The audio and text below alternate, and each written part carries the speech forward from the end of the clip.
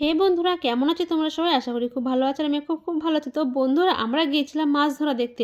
আর এই দেখো, এই যে দেখতে পাচ্ছ, এইগুলো কিন্তু হাইব্রিড মাগুর মাছ। এইগুলো কিন্তু আমি খাই না, তবুও আমার দেখতে ভালো লাগে, তাই আমি গিয়েছিলাম এই মাছগুলো দেখতে। আর এই মাছগুলো কিন্তু একদম ছোট ছোট পুকুরে ছাড়া হয়েছিল। আর যখন বড় বড় হয়েছে তখন পুকুর থেকে ধরে এই পাশের পুকুরের নেটের মধ্যে এই মাছগুলো রাখা হচ্ছে। আর এই মাছগুলো কিন্তু দেখতে খুব ভালো লাগছিল, সেই জন্য আমি এখানে এই মাছগুলো দেখছিলাম অনেকক্ষণ ধরে। আর এই মাছগুলো পুকুর থেকে ধরে এখানে রাখছে, সেটাও আমি দেখছিলাম। আর আমার খুব ভালো লাগছিল, সেই জন্য এখানে আমি অনেকক্ষণ ছিলাম। আমি গিয়েছিলাম আমার মামার বাড়িতে মাছ আনতে গিয়েছিলাম। আমার বাড়ির সামনে বড় একটা নদী আছে, সেই নদীতে মাছ ধরা হচ্ছে এখন। তাই মামা ফোন করে বললো আমাকে মাছ আনতে যাওয়ার কথা, সেই জন্যই মাছ আনতে গিয়েছিলাম।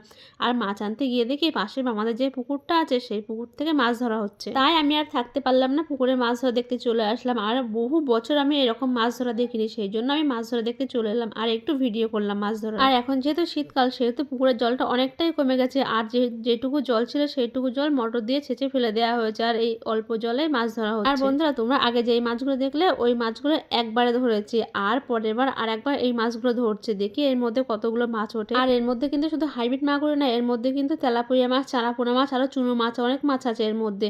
আর সেই মাছগুলো অল্প অল্প আছে, কারণ হাইব্রিড মাগুর মাছ আর কোনো মাছের সঙ্গে থাকতে চায় না, সব মাছগুলো খেয়ে নেয়।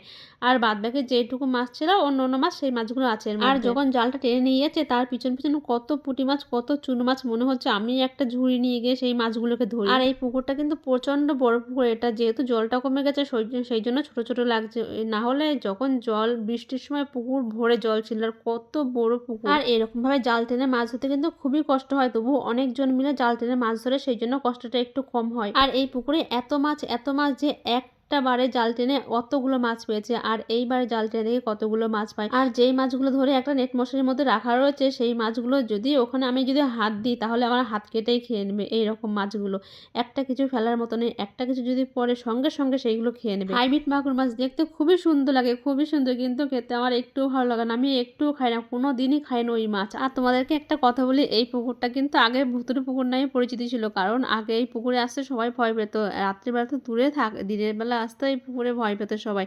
আর এখন দেখো পুকুরের চারিপাশটা কত সুন্দর, কত পরিষ্কার পরিচ্ছন্ন। এখন এখানে সব সময় লোকজন থাকে, এতটা ভালো হয়ে গেছে জায়গাটা। এই জায়গাটায় কোনো ভয় ছিল কিনা জানি না, কিন্তু আমি আসতে ভয় পেতাম, আমরা আসতে ভয় পেতাম এই পুকুর ধারে। আর যদি এই পুকুর ধারে যেতে হতো কোথাও, তাহলে বড় কাউকে সঙ্গে নিয়ে তাই আমরা যেতাম। আমরা যখন ছোট ছিলাম তখন এই পুকুরের চারিধারে ঝোপ জঙ্গল হয়ে থাকতো, আর এখন চারিধারে পুরো পরিষ্কার পরিচ্ছন্ন। তো বন্ধুরা, এবার দেখো পুরো জাল টানা কমপ্লিট হয়ে গেছে। এবার জাল থেকে মাছগুলো ধরে হাঁড়ির মধ্যে করে নেটের মধ্যে আবার রাখতে আসবে। তারপরে দেখা যাক কতগুলো মাছ উঠেছে। এবার দেখা যাক শেষ পর্যন্ত সব মাছগুলো ধরে কতগুলো মাছ হয়। আমরা কিন্তু সবাই প্রায় সব সময় বরফের মাছই খেয়ে থাকি আর সমুদ্রের মাছই খেয়ে থাকি, কত দিনের মাছ তার ঠিক নেই।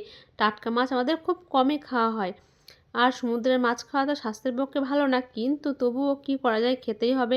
আর এরকম টাটকা মাছ যতটা শরীরের পক্ষে উপকারী, ততটাই টেস্ট টাটকা মাছ খেতে, খুব ভালো লাগে টাটকা মাছ খেতে। আর যদি হয় জ্যান্ত মাছ, তাহলে তো আর কোনো কথাই হয় না, আরও বেশি ভালো লাগে খেতে, আরও বেশি স্বাদ লাগে। আর এর মধ্যে যে পুঁটি মাছ, ছোট ছোট চুনো মাছ আছে, সেগুলো তো পেঁয়াজ দিয়ে কাঁচা লঙ্কা দিয়ে চচ্চড়ি করে আরও বেশি ভালো লাগে। গরম ভাতের পাতে ওই রকম মাছ চচ্চড়ি, ছোট মাছ চচ্চড়ি, এক থালা ভাত খাওয়া হয়ে যাবে। আর বন্ধুরা, তোমরা দেখতেই পাচ্ছ জাল টানা পুরো কমপ্লিট। আর জালটা ধরে এদিকে নিয়ে আসছে, সামনের দিকে নিয়ে আসছে। আর দেখো ওর মধ্যে কতগুলো মাছ আছে।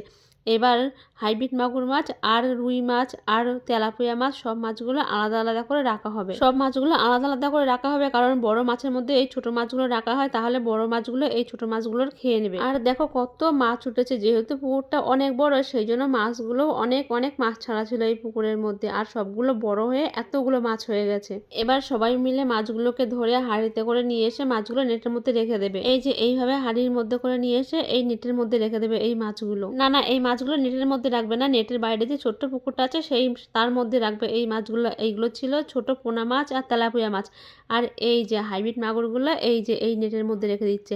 আর দেখো বন্ধুরা কত মাছ, ওর মধ্যে যদি আমাকে নামিয়ে দেওয়া হয় তাহলে সব মাছগুলো আমাকে খেয়ে নেবে। আর মাছগুলো দেখেই আমার খুব ভয় লাগছিল, মাছগুলোর কাছে যেতেই ভয় লাগছিল। যদি একবার আমি স্লিপ খেয়ে ওর মধ্যে পড়ে যাই তাহলে তো আমার আর রক্ষে নেই, সব আমাকে কামড়ে দেবে মাছগুলো। তো বন্ধুরা চলো এবার তোমাদেরকে বলি এর মধ্যে কতটা মাছ ছিল। এর মধ্যে মোট মাছ ছিল প্রায় 1 কুইন্টালের বেশি মাছ ছিল।